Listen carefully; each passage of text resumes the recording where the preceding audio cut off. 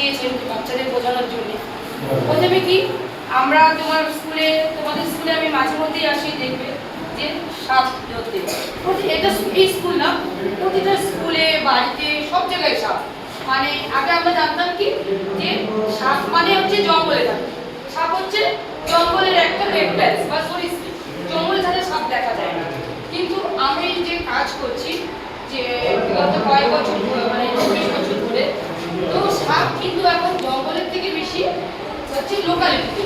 কারণ কি আজকে যদি আমি আমার বাড়িতে খাবার না পাই বা আমার খাবারের জায়গা বাসস্থান মানে যে এই প্ল্যাটফর্মটা যদি না থাকে, আমি কি করবো? বিশ্বের কোনো জায়গায় যাবো, আমরা দেখি যে একটা জায়গায় জল জমে গেলে আমরা কি করি? পাহাড়ে যাই।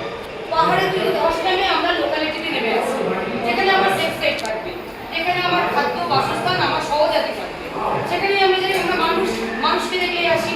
তো সাপ কি, সাপ কোনো সময় 80% সাপ আমাদের নির্বিষ সাপ। মানুষ কি হয়, প্যানিকে মারা যায়। আমি দেখো 89 বার 89 বার আমার বাইট হয়েছে। আমি এখনো বেঁচে আছি, তোমাদের সামনে দাঁড়িয়ে বলছি, বা এখন আমার রেস্কিউ কল আসলে আবার যাবো। কিছুদিন আগে আমার এখানে বাইট হয়েছে, নন ভেনোমাস, নির্বিষ। তা মানুষ কি আগে থেকে ভয় পায়, এই যে সব কুকুর পাগল। একটা কুকুরের র্যাবিস হলে আমি সব কুকুরকে র্যাবিস বলবো না, যে আছে থাকে। আমাদেরকে কি করতে হবে? ফার্স্ট এড করতে হবে, আমাকে সাপকে চিহ্নিত করতে হবে। সাপ দেখলাম, সাপ দেখে কি করতে হবে? সাপ চলে কি, সাপকে বলে না যে একটা সাপ ধরলে আরেকটা সাপ আসবে, আরেকটা সাপ এসে আমাকে প্রতিশোধ নেবে। কি সাপ, এটা কোনো বাস্তব কথা নেই।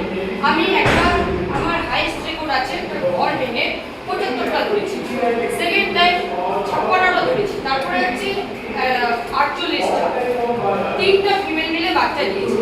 সাপ ছোট বড় বলে কোনো বিষয় না। সাপ যখনই, সাপ হচ্ছে মাংসাশী প্রাণী, ঠিক আছে, নন ভেজিটেরিয়ান, ভেজিটেরিয়ান না। তোমরা ফিউচারে আমাদের ফিউচার, আমার ছেলেও আছে, আমি যেখানে যাই আমার ছেলেকে শেখাই।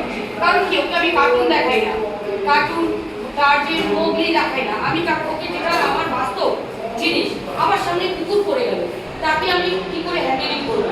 আমার সামনে একটা ষাঁড় চলে আসলো, ষাঁড়টাকে আমি কি করে ফেস করবো? ওর থেকে আমি কি করে সেফ সাইডে যাবো? ওকে যেতে সাপকে আমার ছেলের কোনো, আমার মোবাইলে কোনো নাই কার্টুন টার্জেন মোগলি। আমি ওকে কি দেখাই? ন্যাচিও, যেটা আমি চোখের সামনে পড়বে, যার অস্তিত্ব নেই তাকে আমি কেন দেখাচ্ছি? কোনো অতিথিক জিনিস না।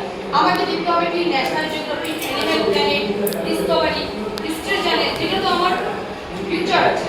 আমি যেটা থেকে নিজে ভাবো, এখন একটা সাপ চলে আসো, তুমি মনে করো বাবা মাকে পাচ্ছ, কেউ পাচ্ছে না, তোমাকে কি করতে হবে? নিজেকে সেলফ ডিফেন্স হতে হবে।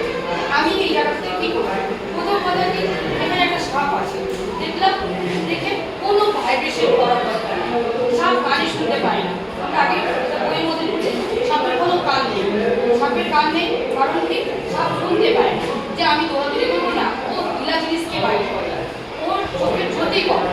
দেখবা সামনে আসলে যত আমি পরিস্থিতি তো রেপ্টাইলস তো সাপ চলছে কিভাবে, এইভাবে। এই যে আমরা কি বলি, আমাদের যখনই কল আসে যে স্নেকে, আমরা প্রথমে বলি কোন রকম ধোঁয়া অ্যাসিড কিছু দিবেন না, সেফ দূরত্ব মানে নিজের দূরত্ব বজায় রাখুন, সাপটাকে ফলো করুন। তুমি এখন এখানে একটা সাপ দেখলে তোমরা দেখে বাইরে চলে যেতে হবে।